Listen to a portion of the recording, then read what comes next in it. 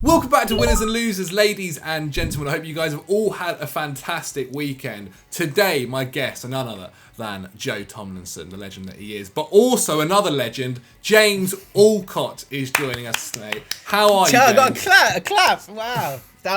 I'm great, thank you. I'm really good. How are you guys? I appreciate you filling in. Yeah, not too bad. Had 2 hours sleep. How are you, Get Thomlinson? over it, mate. I know that's 3 times he's brought this Get up. over it. Won't stop chatting about it. I'll be talking about it all day. All day. I've been absolutely ruined. As always, though, this show is sponsored by the lovely people over at Manscaped. If you guys want their stellar products and free shipping, make sure you use the code FootballDaily20. Visit the link on screen right now or in the description below to take advantage of this deal. And if you do, you'll be supporting the channel directly. Thank you guys so much for all of you that have done so already. Now, lads, let's get on with the weekend's football. It's the international break, and England have been playing, so we're going to be talking about them in positive and a negative light as well. The senior squad, they have continued their dominant start to the World Cup qualifiers by beating Albania 2-0 away from home, having also dispatched San Marino 5-0 as well earlier this week. They've also now scored 42 goals in their last 9 qualifiers for major tournaments, winning 8 and losing 1, netting 5 or more goals in 6 of those games under Gareth Southgate. Harry Kane netted again for England and grabbed an assist. He's now scored 13 goals and got 9 assists in 20 away games for England. Mason Mount also got on the score sheet. He's the first Chelsea player to score or assist in 3 consecutive England appearances since Frank Lampard back in 2013. And Nick Pope kept a clean sheet. He's kept a clean sheet in all 6 of his appearances for the 3 Lions. The first goalkeeper to ever do so. Joe, England play Poland on Wednesday. Any performances from the last week that stood out for you? Gareth used a 4 at the back, which was a bit of a surprise. That was a delight, wasn't it? That really was a surprise, it has to be said, particularly against Albania. I mean, if he hadn't have used the 4 at the back against San Marino, then I think I would have hung up the towel well and truly. We may as well play 1 back against the pubbers. But it is nice to see us playing a semi 4-2-3-1 formation, which I think pretty much everybody in the UK that isn't called Gareth Southgate thinks we should be playing. And I have to say, I was quite impressed with the double pivot. I don't know whether we needed Phillips in there against Albania, but it definitely allowed the fullbacks to play a little bit higher up the pitch, that sort of box He formation. did change it as well before half-time, didn't he? Phillips did move up further up the pitch. Yeah, but is Phillips the player you want moving further up the pitch? Yeah, very true. Very true. I just don't, don't think you really needed both players in there from the start. But nevertheless, Albania did have a chance on the break, didn't they? Fairly early doors. Probably should have scored there. England just very dominant in World Cup qualifiers. We never lose World Cup qualifiers. The trouble is we shit the bed when we come to tournaments. But yeah, 4 at the back was nice to see. I just think Mason Mount, every time I watch him, is the most impressive player on the field. I just love watching Mason Mount. And I think him and Foden just had a couple nice combinations that got me a little bit excited. I do think, though, I don't know what you think, James, but I felt like England lacked a bit of pace going forwards. Without a Rashford, I felt like it can get quite static around the edge of the box. Yeah, I think that's inevitable. Some of the teams that we're going to play against, and there's been so much talk about everyone's England 11 over the last few weeks. Understandably so, because we've got so many options. But I think the thing to kind of keep calm with a lot of time when it comes with England is the fact that we do have so many options, but also we're going to play very different games. We're going to play against great sides that have got stacked squads and teams, and we're going to have to play differently to the teams that we play against, like we did at the weekend against Albania. And those teams that kind of sit back a little bit. I mean, they did press a little bit at different times, but I think we just have to take that. I keep saying, let's take the handbrake off a little bit when it comes to these kind of games, because you basically have a choice to be a little bit more conservative. I know a lot of people talking about this double pivot. I think it was Karen Kearney saying something like, people shouldn't be moaning about this double pivot because it allows the fullbacks to get on a little bit more. I get that, but if you watched that game yesterday, Phillips, who I like, and I think Phillips and Rice, there might be games where it works better to have Phillips or better to have Rice, but I still felt he was on his toes a little bit. And like you said, when he moved forward into that sort of 8 role on the right-hand side a little bit more, he was fine there, but I just think Mason Mount could do that job. I think in a game where you're going to completely dominate possession, Mason Mount is so... I think he's... In terms of his understanding of where he is on the pitch, his picture of like the tactics of the game each time. I think he's so far ahead of most of the players that we've got. Most of the players in football as well. And I think his defensive output in terms of the pressures that he puts out are just amazing. So I feel like he needs to... I'd love to see him in that kind of slightly more responsible 8 role. He did it a bit for Chelsea under Lampard, didn't he, as well? Did he? Well, yeah. I mean, well, that's the thing. I think he can play...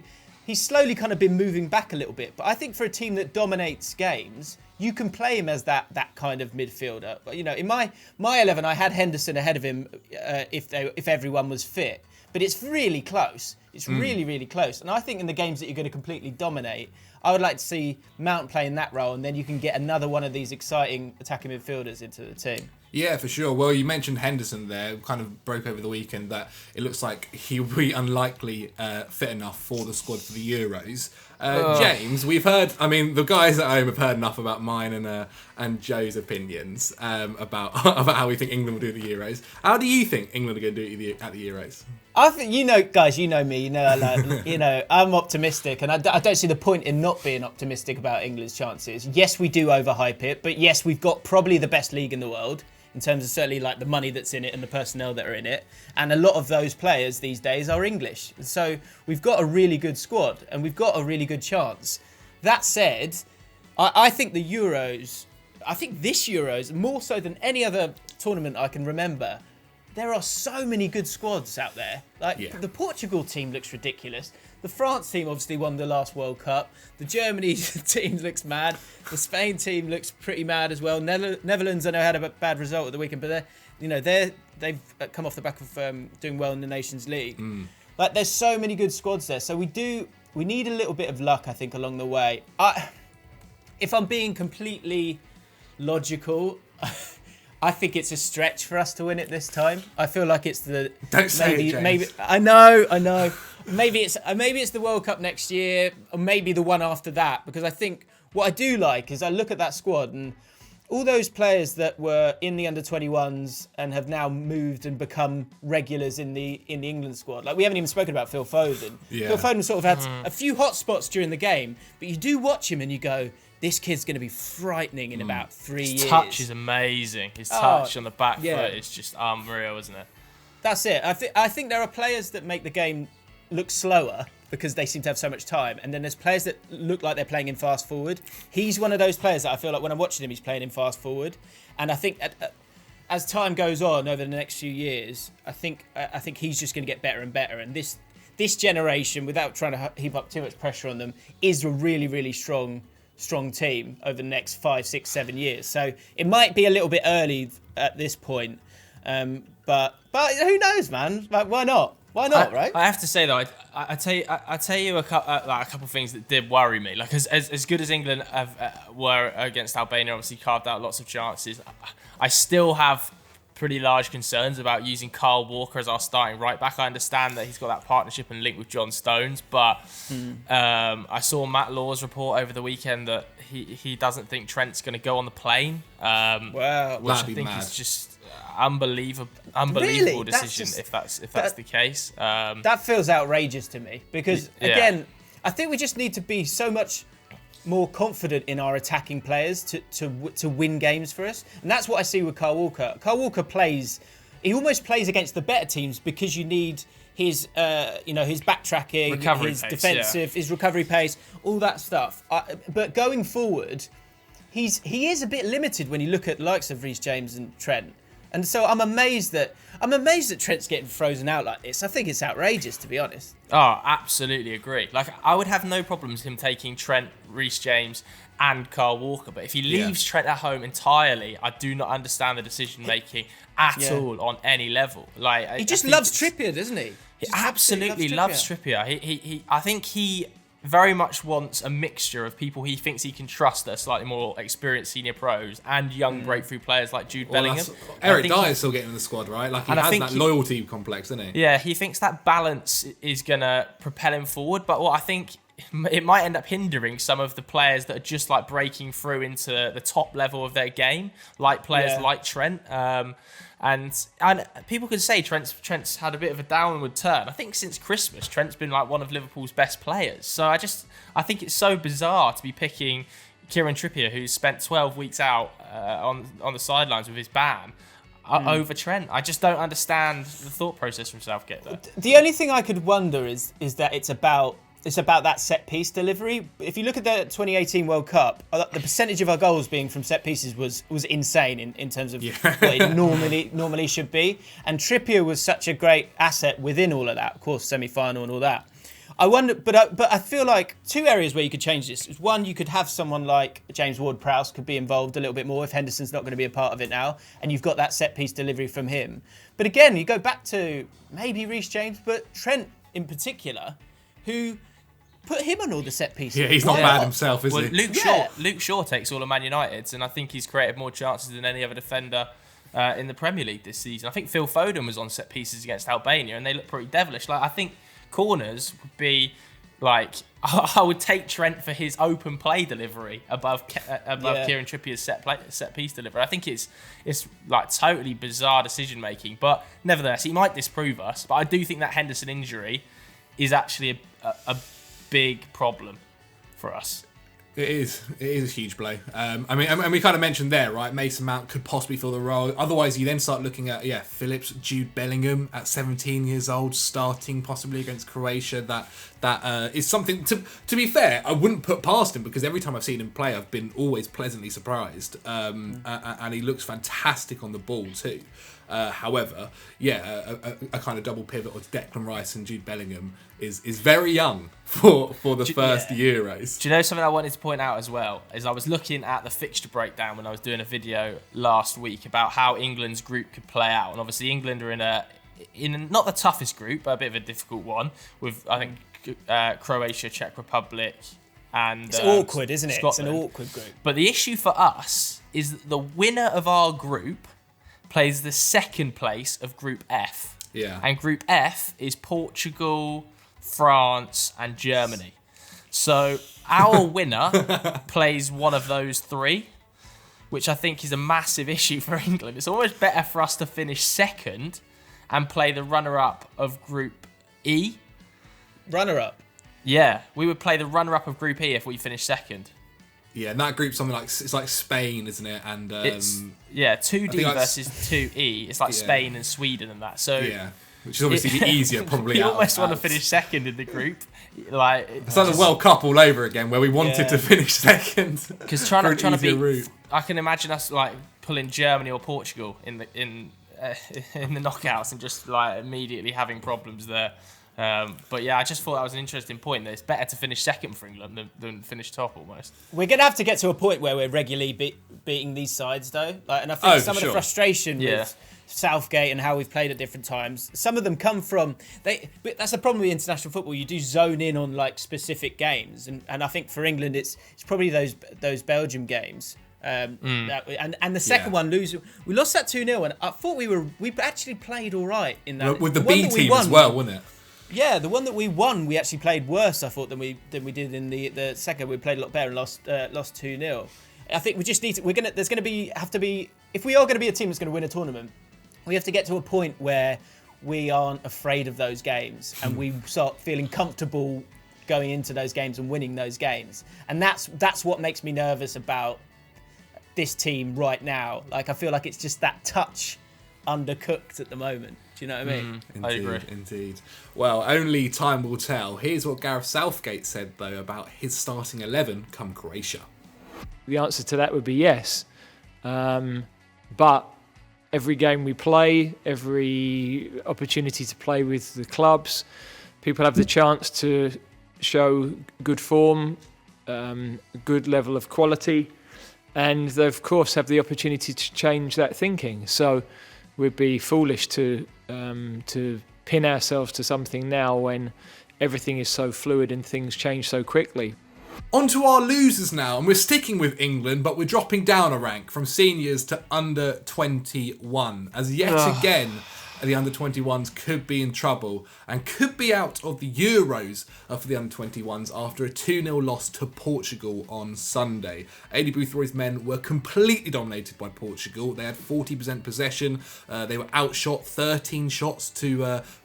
Portugal's 13 shots to England's 3. England didn't even manage a single shot on target in the game. They've had one shot on target out of their last 2 games, and that came from a free kick. It's not good, lads, I'll be quite honest. It should be said as well that the Portugal squad was quite good, featuring players like Barcelona's Trincão. However, the game before, which they lost 1-0, was against a Swiss squad, which wasn't that great, if we're being completely honest. And Aidy Boothroyd must feel like he's suffering with deja vu. After the last under-21 Euros, he also lost his first 2 games and saw England knocked out of the tournament. That squad had players like Dean Henderson, Wan-Bissaka, James Maddison, Phil Foden, Mason Mount, Calvert-Lewin, just to name a few. It keeps going. Tammy Abraham's also in there. And since winning the Under-17 and Under-20 World Cup in 2017, England have failed to qualify for the 2019 Under-17 World Cup, failed to qualify for the 2019 Under-20 World Cup, gone out at the group stage of the 2019 Under-21 Euros, and taken 0 points from their first 2 Euro matches in Under-21 Euro matches in 2021. Joe, are we witnessing a golden generation of youth talent being wasted, or does it matter? Does it really matter that much because it's only the youth team? I think it's a bit of both, to be totally honest with you. I think it's a bit of both. I do believe that success at the youth teams definitely filters through to success at the senior teams. If you look at those Germany sides and Spain sides that were so dominant sort of 2010 sort of time, you're really seeing players that were very, very solid at youth level and winning tournaments and trophies at youth level filter through into the senior team, who then subsequently win trophies at senior level. And I think a lot of England fans, after the success of that under-17 side, and I think it was the under-19s, wasn't it, were expecting success to filter through to the senior team as well, and it might well do. We're now seeing a pretty solid England squad, aren't we, forming? What worries me is that England have a history of flopping hard when it gets to tournament football after being very, very impressive in qualifiers, and that seems to be the case with our youth sides as well. We're still very dominant at youth level in friendlies and in qualifiers, but as soon as we step foot into tournament arenas, mentality shifts, and I don't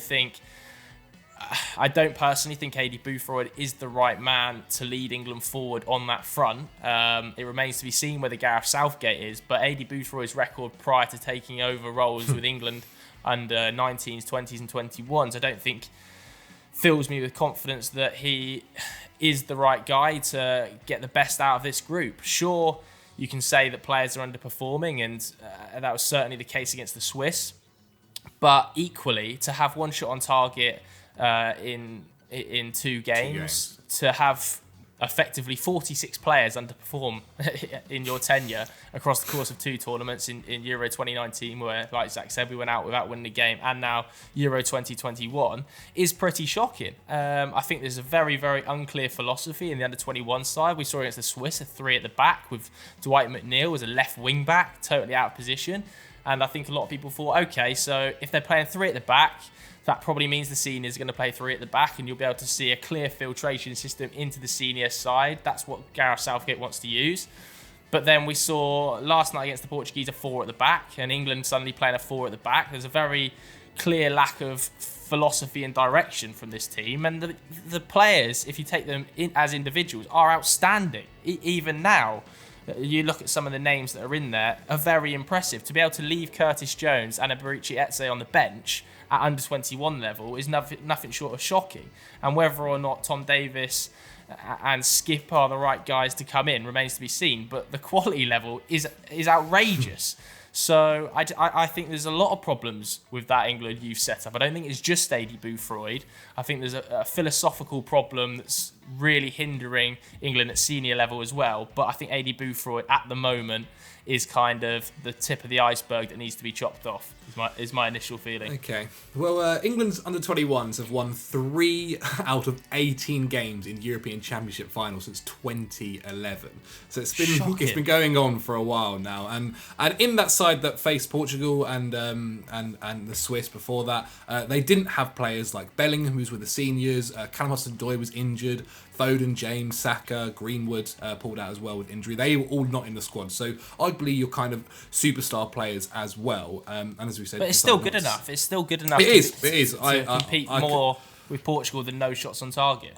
I completely agree, and playing like Ryan Sessegnon back at left back, which he hasn't played for a few seasons now, it has questions around it too. And you mentioned Boothroyd's previous stuff. I mean, he got relegated with Watford, didn't do much in League One with Colchester, was sacked by Coventry, and his last senior job as a manager was at Northampton when he was sacked after being bottom of League Two. So, James, do you think Boothroyd should be replaced? And as we said, we know the players are talented. Half those players that featured in the 2017 Euros are now probably in the senior side for England. So, surely it's the manager, right? I'm always wary of doing that, but on this occasion, I've got to say that I think you've got to look with the under-21s as much as you're kind of concentrating on these players. And I agree with Joe in terms of the philosophy. I think in a team, I think there's one element where you could say it's a little bit unbalanced in terms of like high quality fullbacks in the midfield, more sort of defensive midfield. Tom Davies, I think the way that they're trying to play out from the back all the time in this tournament, which is okay if you've got the personnel to do it, but it does then come back to the manager when you think, why is Curtis Jones not playing in this game when he could be playing that role that Tom Davies struggled with in this tournament? But going to Aidy Boothroyd, I think he will be replaced because I think his contract's up at the end of the summer anyway. But I think broadly, I think we need to look at the under-21s as a place where we put together the most exciting young players, but also probably the most exciting young managers as well. James. And I think that's the big thing that I'm looking at, because when I look at the under-21s, I think, you know, if you're a manager that's got a job in the Championship or a job in the Premier League, that isn't a job for you, really, because you want to be coaching all the time, you want to be involved, and you want also the sort of prestige and exposure that comes from managing a national team. But for someone like Aidy Boothroyd, who has played terrible football as a manager. Let's be clear with this. Like, even if his first job at Watford, I remember watching them play my team, QPR. It was terrible, the football that they played. It was old school Watford football, and he carried that on to every job that he had. He's come to this England job, and I think he's managing a tactical style that doesn't suit him. Because I look at it and I go, I don't think there's quick decisions being made, which I know is difficult because it's difficult to get chemistry for an under-21 side that doesn't play together that often. But I feel like you should be going either two roads with your manager. It should either be that Bobby Robson guy right at the end of his career who could be that kind of granddad to these guys and help them through kind of psychologically, or it should be one of the most exciting young managers that have got a background in the England setup. So I would say someone like Frank Lampard, if he wanted that kind of job, I think that could be a really good job for him. But I think you also need to pair these people with the most exciting coaches that are out there that maybe don't have the sort of profile of a Frank Lampard. And so there's a lot of managers, you know, I'm thinking off the top of my head, managers like Carl Robinson at Oxford has played really good football as a manager, has got good experience in the Football League. Michael Appleton is another really good footballing brain, and we understand that all these players can come through from the Championship and move up. But it feels like sometimes with the managers we're not able to do the same thing.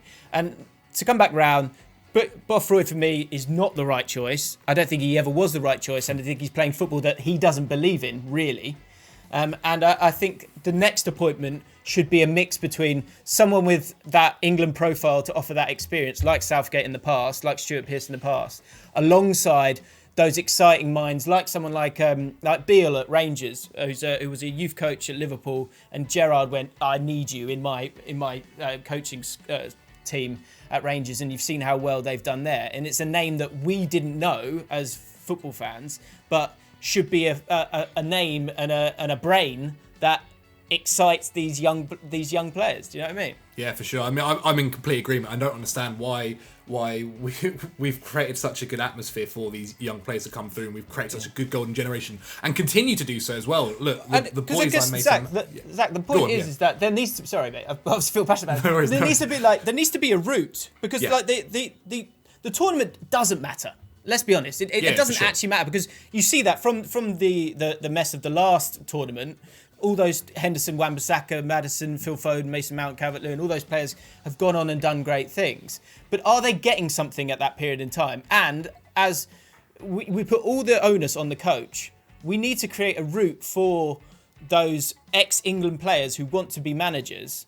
That should be the route for a lot of our managers, paired up with really good football brains. Well, for sure. I think there's a whole. I mean, managers in general, it goes down a different argument where everyone who's kind of an ex-pro, their first job is a professional football team.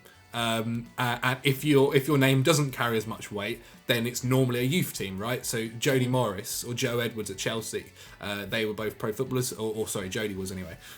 But his first foray into management was with the youth team and was super successful with it. Whereas maybe compare it with Frank Lampard, his first foray was with Derby, a professional football team. So I do completely agree. The route isn't as clear.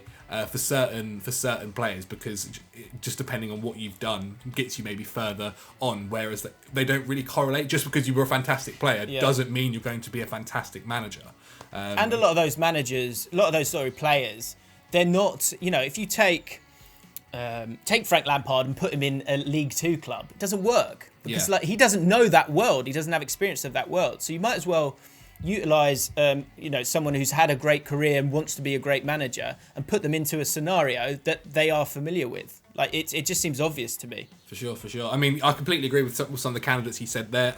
I was thinking as well, maybe look at some of the youth coaches that are succeeding at the moment in youth football. I'm sure they'll look at the national job as possibly an upgrade, especially just as well, because it creates a for us fans as well, being able to watch your young sides. We go in with so much hope and so much pride, and I remember when the Under-17 World Cup was won, I think that the nation was like, although of course it doesn't necessarily matter too much, we were definitely happy with them, and that side featured players like Callum Hudson-Odoi, Phil Foden, and we've seen them kind of rise, and I just think we should at least be trying and giving some sort of platform to them, rather than just losing every game. It just makes no sense. And that was an example of a manager that's in Cooper that didn't have that same prestige, but is done very well with Swansea moving forward. So there's a real opportunity there. I think the one scary thing, I guess, for any manager who takes the job is that I'm not sure about this next generation. I don't think there is maybe the same quality, so the results might not improve, which could hurt your image a bit, maybe. I don't Indeed. know. And I think there's also more of a willingness from Southgate to call youth up to the senior team early. Like I think we've seen under past managers them be slightly reticent to call up 17-year-olds, 18-year-olds, 19-year-olds, whereas I think Southgate wants to get them into the first team straight away. That's why you've seen Saka, Bellingham, Greenwood, Foden all playing in around there. So there's almost like a skip now of under-21s out of that generation. Maybe a lot more players going from like under-17 straight to senior. And I think it's a tough job for whoever does come into that under-21 level to replace Boothroyd. I've obviously, I think John McDermott now is the technical director of the FA. I think it's a big decision for him. He's got to get that right. I think he just needs to find Graham Potter 2.0. That's basically what he needs to find. That's always the answer. Just for the search terms in. Again, you're also very right. I think Callum Hudson-Odoi played more minutes for England at one point than he had Chelsea. And if you're good enough, I don't think the age necessarily matters too much. Look at Bellingham. Okay then, lads. I think we've discussed England enough today. Let's move on to our moments of the week, and I'm going to suggest some stuff that happened over the weekend. You got to tell me what was the best one. Obviously, because it's international weekend. Not so many moments to pick from.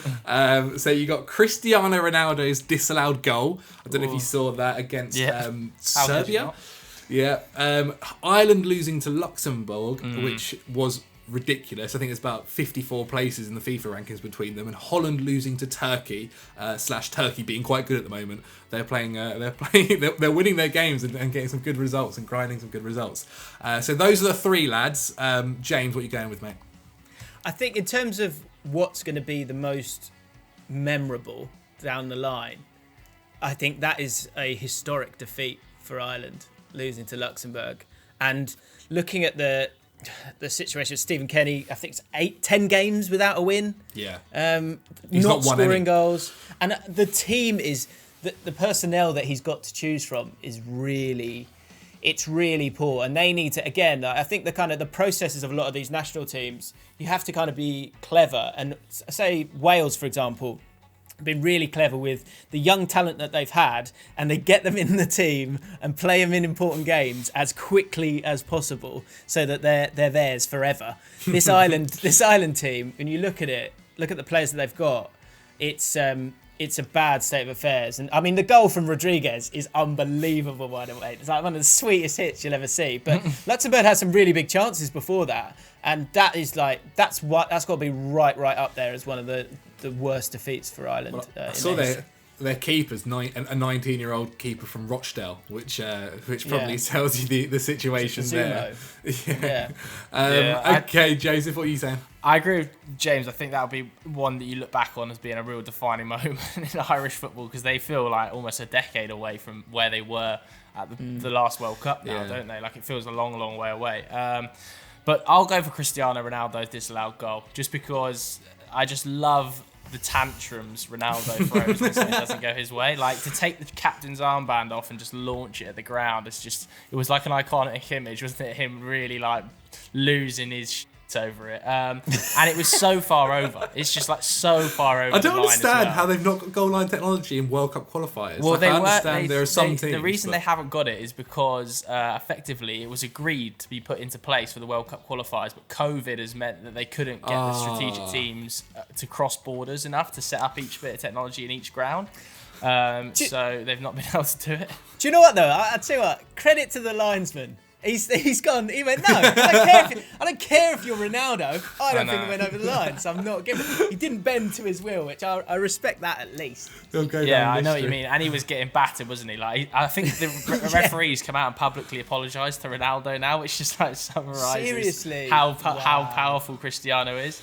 Also, want to give a shout out to Luka Modric. I think he became the most capped Croatian player in their history this weekend, and there was a nice little video, wasn't there, of him crying doing it, and he's probably, I mean, I can't think off the top of my head of any Croatians that are better footballers than Luka Modric. They're definitely not my era, so yeah, I think that's a big juice to him. Yeah, I was just trying to think. Suka probably up there. Suka, Boban, yeah, but I mean, he's 35 and still unbelievable. Always in the Madrid squad as well. Okay then, but that's the end of winners and losers. However, we're not just done yet. I've got a mission for everyone watching this. James Allcott is less than 2,000 subscribers away from 100,000 on his YouTube channel, which is a massive milestone for anyone that's trying to do YouTube. And not only is his content on YouTube fantastic, but his content on Twitch is also really, really good as well. I've known James, me and Joe have known James for a while now, probably coming up to 5 years or something. And he is so incredibly hardworking. And if you guys aren't already subscribed to him, his content's fantastic. His England stuff at the moment is smashing it. Please go over to his channel. It'll be in the description below, and go subscribe. Get him to 100,000 subscribers today, and I'll love you guys forever. Cheers, Zac. I love you forever, man. I appreciate it. Joseph, anything from you, mate, before we end? Come over to the Football Daily Snapchat accounts. Obviously, Transfer Talk still delivering the best transfer news, and we need to talk over there if you want to get any updates. I think today's one is on the Cristiano Ronaldo versus referee fiasco, so go and subscribe to both of those. Yes, make sure you check out Snapchat, and also a massive thank you again to Manscaped for sponsoring the show. If you want any Manscaped products, click the link in the description below. Use the code FootballDaily20 for 20% off and free shipping. You will not regret it. I will see you guys later. Have a good one.